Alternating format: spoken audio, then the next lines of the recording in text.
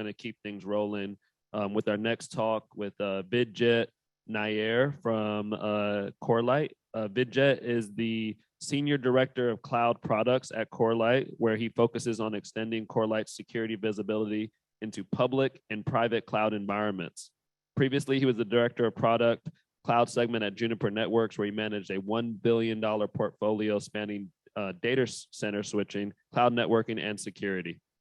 Prior to that, as an engineer, he built and shipped some of the fastest core routers in the world and holds several patents in networking. He has a master's from Penn State, an MBA from UC Berkeley. He's passionate about cooking, a recovering triathlete, and a history buff. He might be the most interesting man in the world. Looking forward to this talk about the real world use cases for NDR in the cloud. Vijit, I'll let you come up here and take it away.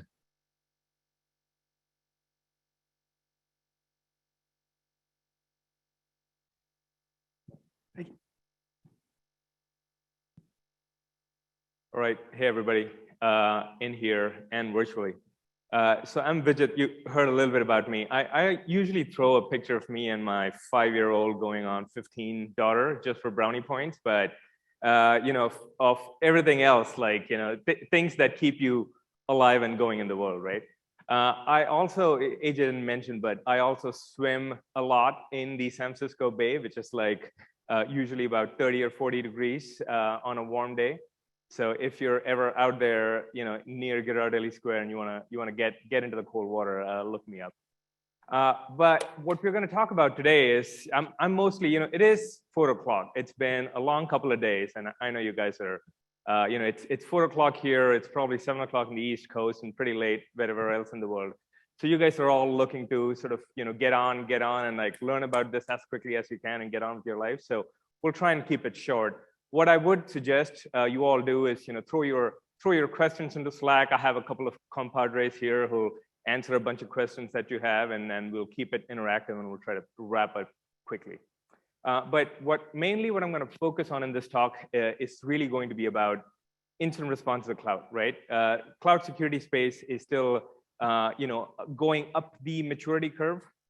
A lot of solutions out there focus on configuration, compliance, and prevention, but there is a increasing focus on threat detection and incident response and threat hunting and so on in the cloud. So we're really going to focus on what are some of the tools that you need to focus on investigations in the cloud. What are the kind of data sources you might look at? Where, you know, what are some of the different components you might look at? Where might you get some of these components? And when you're constructing that stack, how would you sort of build that out, right? That's really what we're going to focus on. And most importantly, we're going to talk about sort of some of the real world attacks that we have seen out there, our customers have seen out there, and how you might go about detecting that in the cloud. So with that, you know, a little bit about Corelight. Some of you may know Corelight, but most of you definitely know Bro, open source Bro, Zeek, right? Open source Bro was invented about 25 years ago, and it's kind of the data standard in the industry for anybody that's looking at network metadata in their environment for investigation threat hunting. A lot of sophisticated SOC teams use Bro. It's called Zeek now. And Corelight's a company that sort of built the enterprise solution for open source Zeek and a bunch of other open source components into a stack of, you know, network visibility components, where essentially you're taking a whole bunch of network traffic data and turning that into rich security evidence for all these use cases that you want to support. So how does that fit into the cloud story? Here's the thing, when most people start migrating into cloud and start deploying their security solutions in cloud, the thing that most folks focus on currently it ends up being prevention and compliance and isolating their networks and segmentation and so on. And prevention is great, it's important, it's absolutely useful, but there is, you know, prevention is not going to be the end all for security use cases, right? You need to have a very robust detection response mechanism as well. So when you start thinking about, you know, as you're kind of going up that security maturity curve and you're thinking about expanding beyond prevention into continuous monitoring, what are some of the data sources that you're going to look at to build out your detection response stack? There are 4 things that really come into play.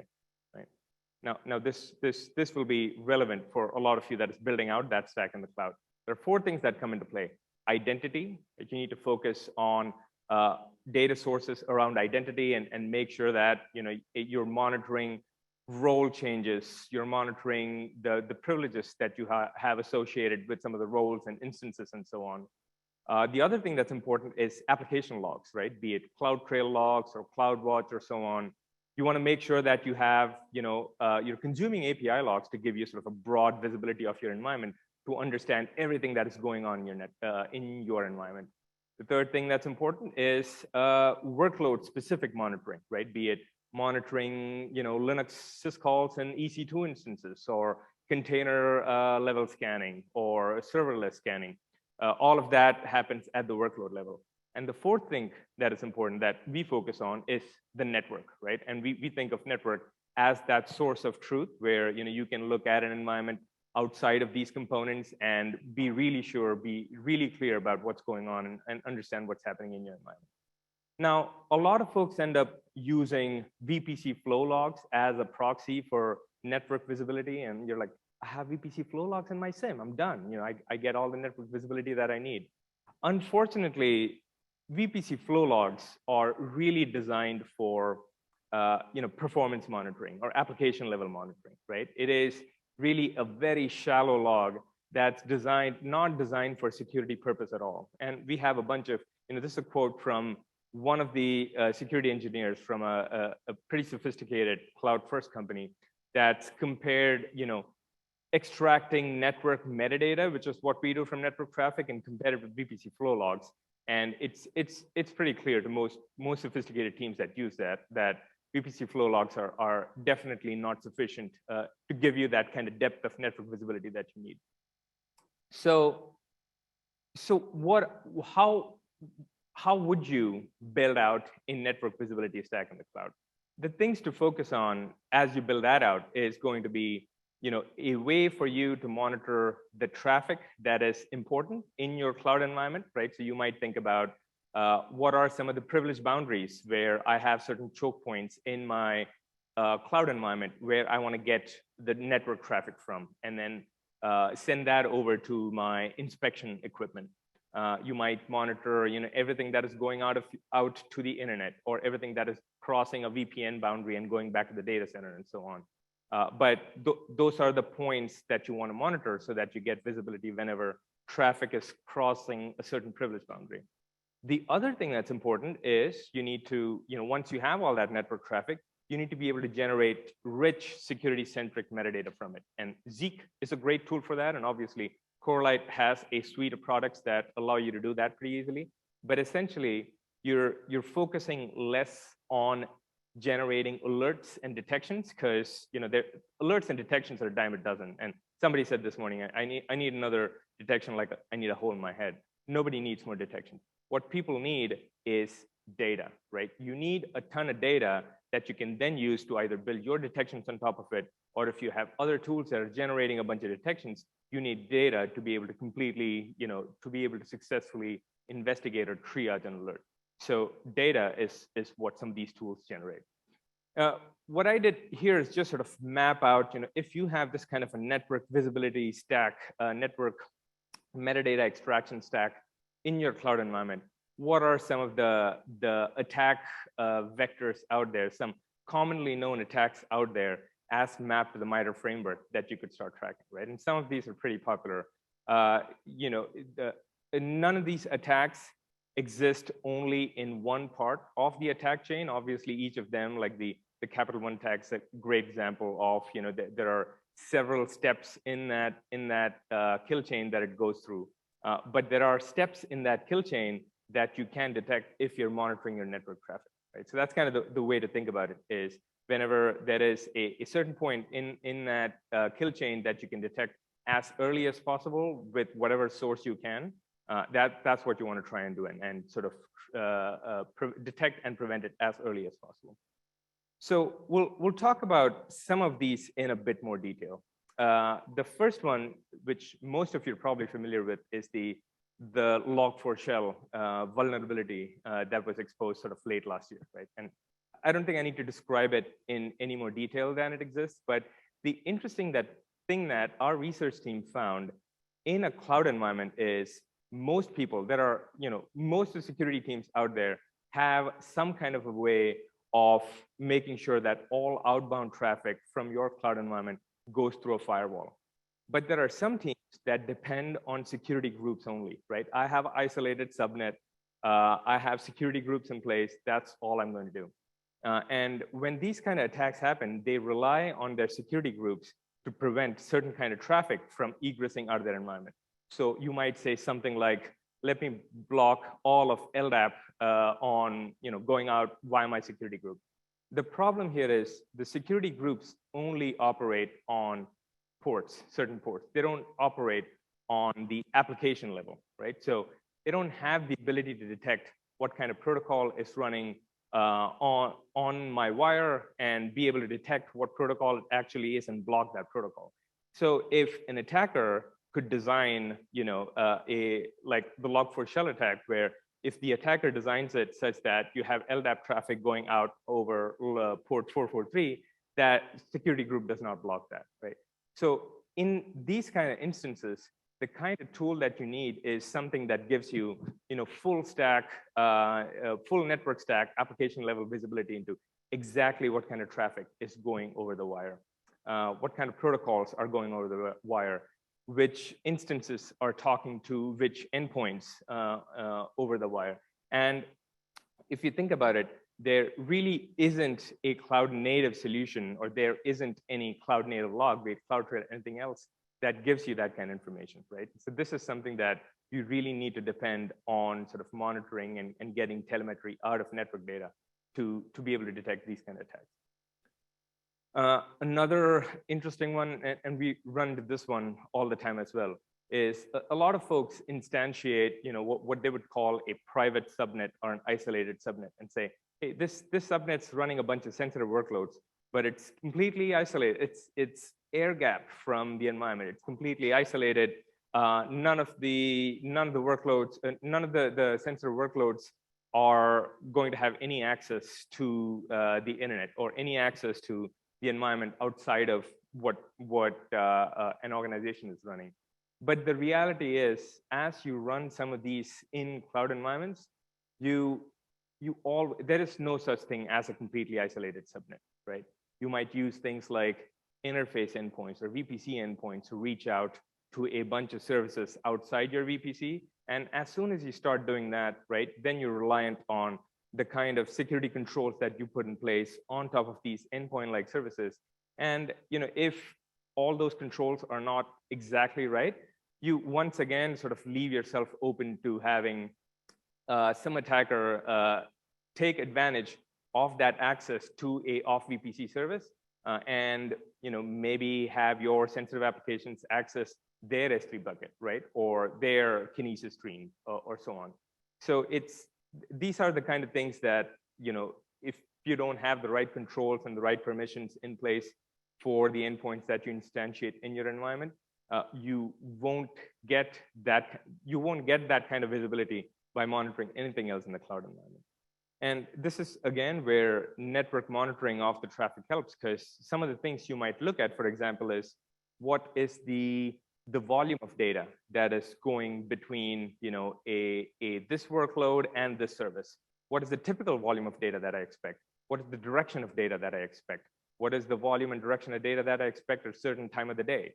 And if you see behavior, or if you see activity that is anomalous to what you expect as a baseline, that's something you can flag, and that's something you can investigate, and that's something you can act on. Another one is, you're probably all familiar with DGA, domain generation algorithm, right? We had this case where one of our customers was using, they had a attacker in their environment drop a malware, and that was reaching out to a command and control center. The challenge was that it was obviously using a DGA to avoid avoid sinkholing, right? So it was making sure that it was changing the C2s on a daily basis so that you could never sort of block that particular domain. The challenge with alerting was they had some of the cloud native alerting turned on. And the problem was the cloud native alerting ended up flagging a whole bunch of false positives, because what happens is, if you typically use something like CDNs in your environment, the query string in the CDN sometimes look random and crazy enough that they start getting the alarm bells going with some of these threat detection services. So most of these ended up being turned off completely. So the challenge is, when you have this kind of a attack in your environment that's reaching out to a DGA for C2 connection, how do you detect it, right? Now, obviously, you could look through your DNS query logs and so on and write a whole bunch of detections to detect it. What we ended up doing was, in our tool, we've built a pretty sophisticated mechanism to figure out, what are some of the domains expected to, what are some of the algorithms used to generate DGAs, and what are some of the domains expected today? Based on that, we have a pretty sophisticated mechanism to detect, what we think is DGA, what we think is a malicious domain is being accessed from the environment. And additionally, some of the logs that we generate have pretty rich information about which instance made which DNS query and what was the response for that query. So not only do you have an alerting mechanism, but you have a rich set of logs that get into quite a bit of detail for what actually triggered this kind of an alert, right? So you have not only the alert, but you have a bunch of context which you can dive into to figure out whether this alert was legitimate or whether it was expected in your environment. I have just a couple more of these.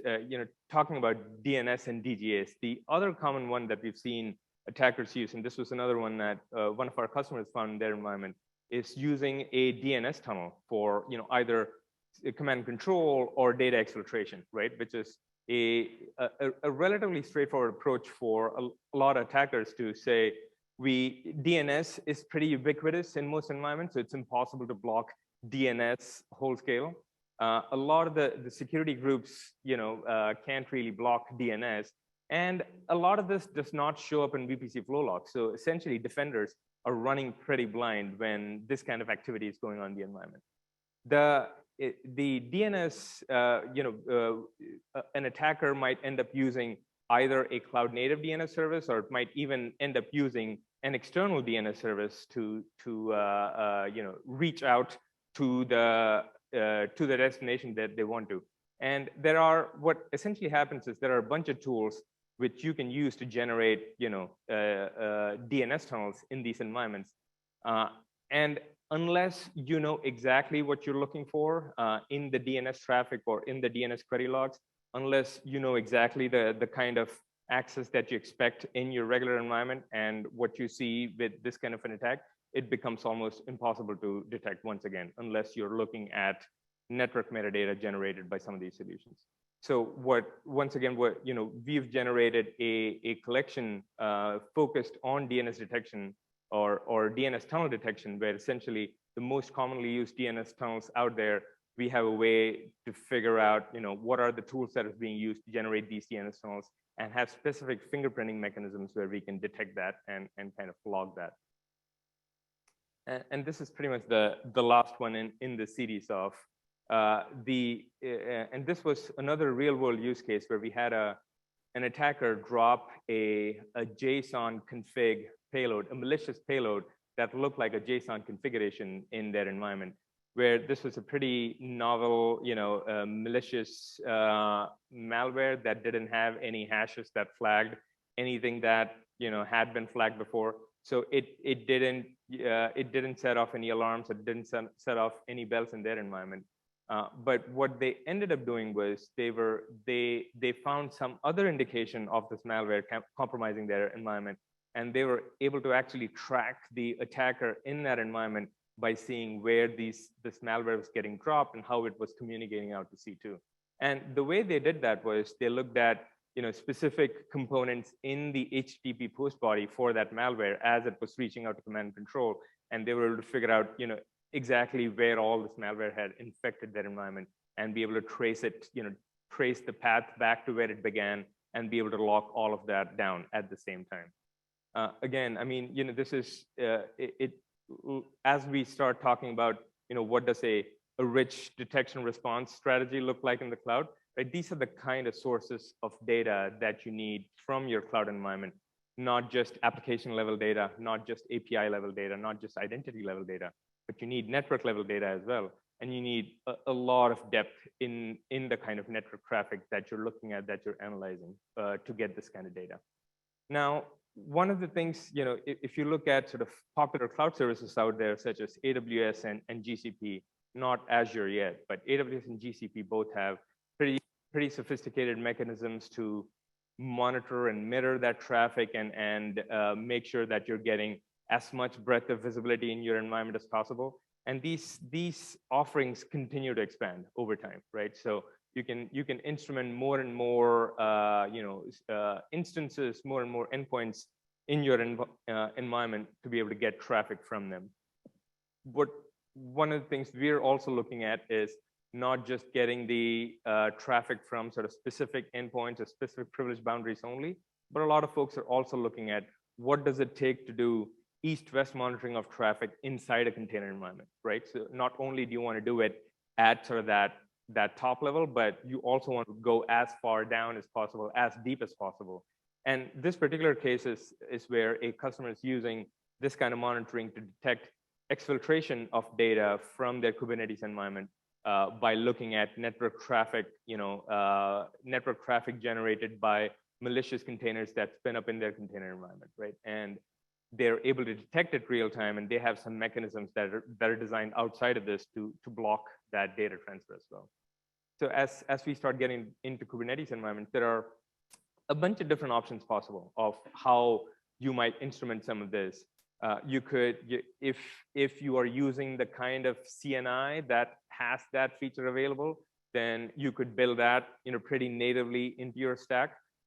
Or if you're using something like a custom Kubernetes offering, then you could use sort of standard plugins available out there to monitor that traffic and mirror it. We've explored a bunch of different options, and this becomes like a menu of options that are available, which really caters to the kind of environment that you're in, right? So we don't think there will be one option or one solution here that's applicable to everybody. Depending on what you're deploying, you might pick a combination of one or the other.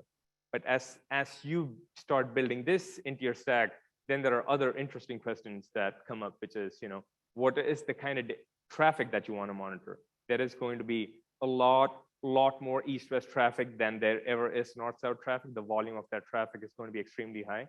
So now you have to be extremely surgical about what you monitor. Can you filter a lot more upfront so that you're monitoring the things that you really care about? Where are you monitoring and analyzing this traffic? Are you monitoring it in a sidecar next to your container? Are you monitoring it in a pod on that same host, or are you monitoring it in a centralized host? And all of those combinations come with sort of different pros and cons as well. So these are some of the things that we're exploring now as we kind of dig into some of the use cases that become more apparent as you start monitoring network traffic in container-style environment. This is something we hope to continue expanding, right? So not only do we want to be able to monitor sort of anywhere in a cloud environment where the kind of traffic is of potential interest, we want to be able to monitor that, but we also want to be able to generate richer and more powerful insights from this network traffic, so that as you build out your threat detection stack, all of this becomes relevant and interesting. So, like I promised, it's going to be a quick and easy presentation. I hope you have a lot of Slack messages going and a bunch of questions.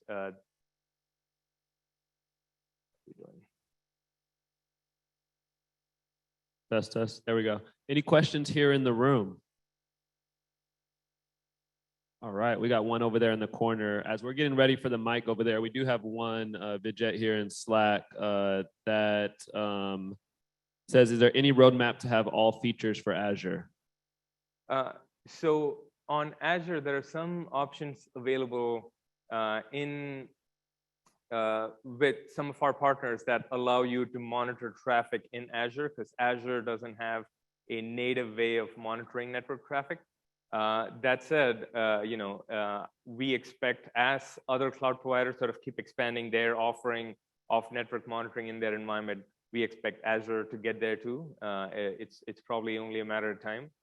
So in due course, I expect there'll be a pretty solid set of offerings in Azure as well. Go ahead. Could you tell us some examples of what you've found with the product in network traffic and cloud environments that has been interesting or led to larger discoveries? I'm sure C2 traffic would be an easy one. What more else? Is it signatures based in the traffic, behavioral stuff? What can you tell us?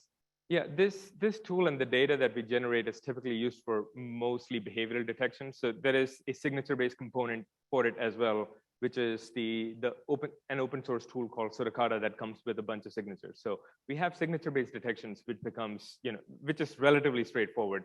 But the power of the tool is really apparent with behavioral detections.